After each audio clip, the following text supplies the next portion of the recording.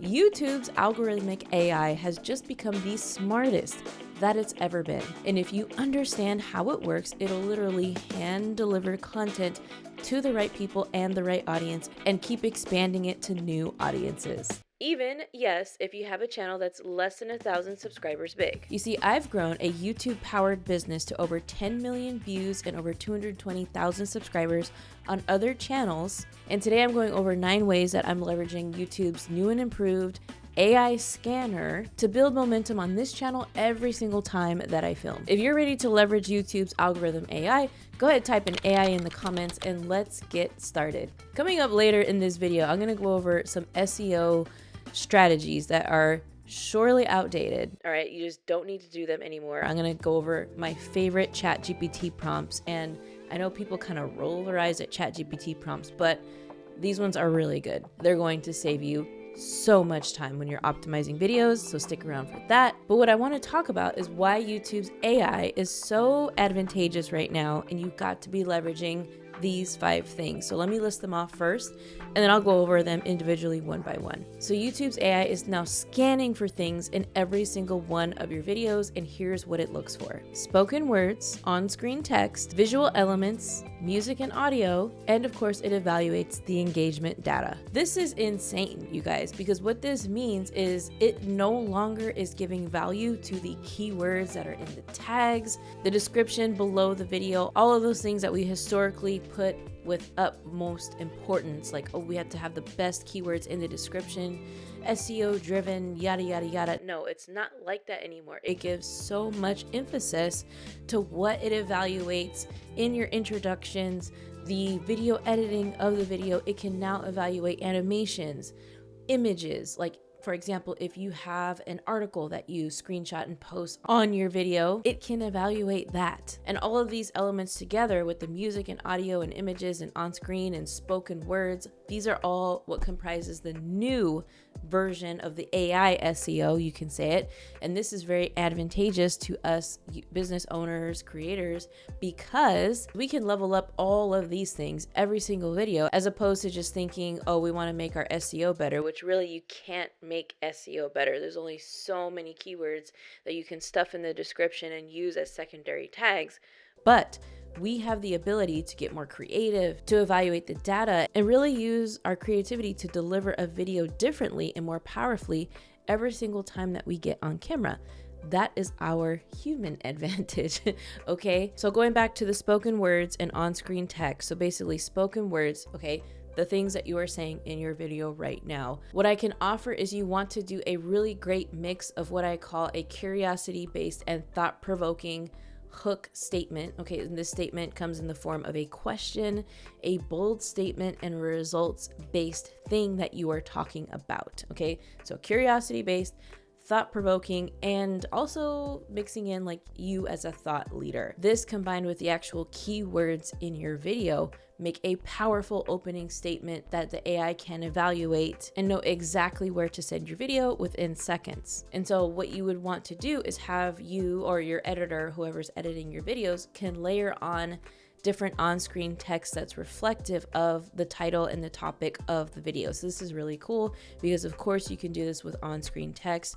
You can include a slide from a presentation, a really cool image, different animations and overlays, and B-rolls and graphics. So this all matters now, okay? Whereas of course video editing mattered before, but it was never taken into account with being algorithmically in your favor, you know what I mean? And for the visual elements as well, so this is like the third bullet point, the visual elements, this is really cool because think of this as like a ChatGPT, where you know how if you're using ChatGPT correctly, you need to feed it your data. So you need to feed it your tone of voice, you have to feed it examples of how you talk so that it can evaluate the mood, it can evaluate the tone, all of these things. So now YouTube's AI is evaluating those things in your videos. So it's evaluating the mood of your videos. Do you have a darker background?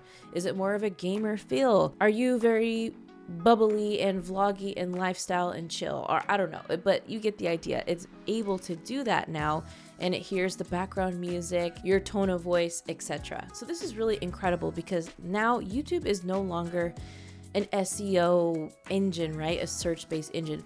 YouTube now is a recommendation engine, right?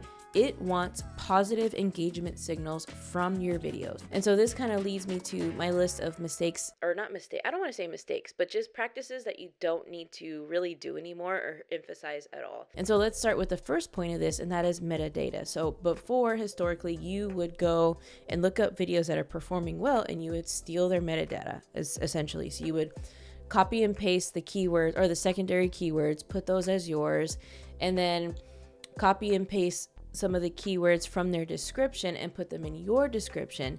And I think this used to be something that really mattered back in the day. I mean, I used to do it, definitely, but now people are even posting more and more without anything in the description, without secondary keywords, because it doesn't matter. Like, if it mattered less a couple of years ago, it matters way less like right now. Okay, I still believe that if you're a channel of less than 1,000 subscribers or still getting going, I believe that it is still important to put keywords. It's just best practices. Okay, it's important to put the keywords in the tags, etc. But the cool part about it now is you don't need to sound like a robotic mess and just stuffing keywords in the captions. Like, you can create really amazing, authentic, human sounding captions, right, that sound like your voice in the description, as opposed to putting an awkward, keyword based description in there just for the sake of stuffing as many keywords as you can in a paragraph to put a caption for your video. The other thing you don't need to do anymore is name the file of your uploaded video, like the actual MP4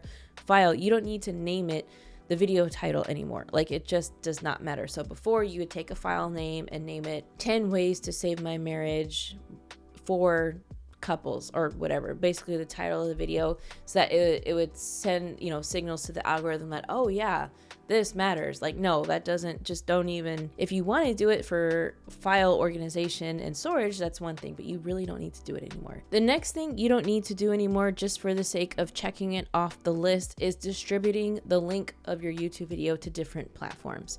All right, historically, well, not historically, but even still, you can share your YouTube video link directly and link it to any social media like Facebook, Reddit, LinkedIn, I think Instagram, but you can see it's still there. Like, when you click share on your channel, it pops up and it has all these different platforms and options. Now, honestly, I was still doing this. I'm like, let me just share to my Twitter that I've never used in my life just to get algorithm points, and it doesn't matter anymore. The YouTube algorithm's not like, oh, she distributed this link on 10 different platforms, we're gonna push it out more. No, because basically what you got to do is think algorithm and replace the word algorithm with audience, right? Because if the audience doesn't give a damn and they're not watching their video or your videos and they're not engaging, it's like, it does not matter. So, but let me just say, if you are posting to a platform where you are getting a lot of engagement, so if you post it to your LinkedIn and it gets likes and people are clicking from your LinkedIn to YouTube and watching, that's a good thing, right? Same thing with email blasts. So I would say continue doing email blasts, because chances are if you build up your email list, people are going to most likely engage positively with the announcement of the new video that you sent to your email list, okay? But if you're just posting your YouTube video to a dead Facebook fan page and it's just getting, nothing, no engagement, just crickets, just don't do it. So now the YouTube Studio also has these two great areas in the studio that help you mastermind for your next title. And I currently use these. There's the inspiration section where you can put in a topic. Like, for example, if I go to my YouTube Studio in the inspiration tab and type in YouTube AI or something, it'll spit out a bunch of, like, I think 5-6 different versions of titles that speak to my audience. Because what it's done on my channel and your channel as well is it's been evaluating how people interact, the engagement wise, right? What kinds of channels are coming to your channel. So it's getting this big pot of data and information, and it's giving you information in the form of these different titles in the inspiration tab. So that's pretty cool. And then I also like the trends section in the YouTube Studio, because I actually get a lot of great thumbnail ideas from there. Because if I know that a topic on something I'm going to film has a thumbnail that's doing really well, meaning it's got a lot of views within a short amount of time and it's still getting a high view velocity, I'm going to want to model after that thumbnail for my video. All right, so we talked about the AI scanner and evaluating the intros. We talked about the mistakes to avoid, or the SEO practices that don't matter anymore and you don't need to do. We talked about the inspiration in the trend tab in the YouTube studio. And what I want to do now is give you the 3 prompts that I absolutely love and that I use every single time with ChatGPT to do the actual traditional kind of SEO on the pre-optimization of the YouTube video. All right, so here we go. Prompt number 1.